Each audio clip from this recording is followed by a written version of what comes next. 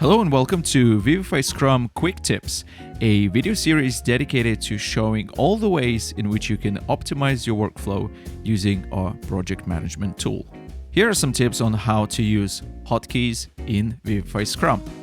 We'll call this one Nate's Bugs, and you'll see why in just a second.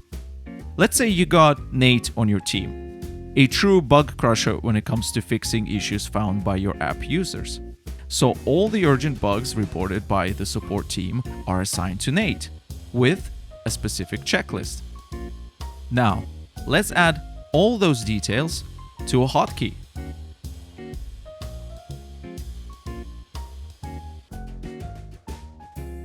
The next time you get a bug report, don't bother entering all those details again.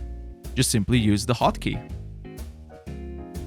By doing that, you're making sure that all your previously defined item labels and checklists carry over to a new task, saving you and your team quite some time. Now we have a few more tricks up our sleeve, and we can't wait to share them with you, so stay tuned for more VivifyScrum quick tips.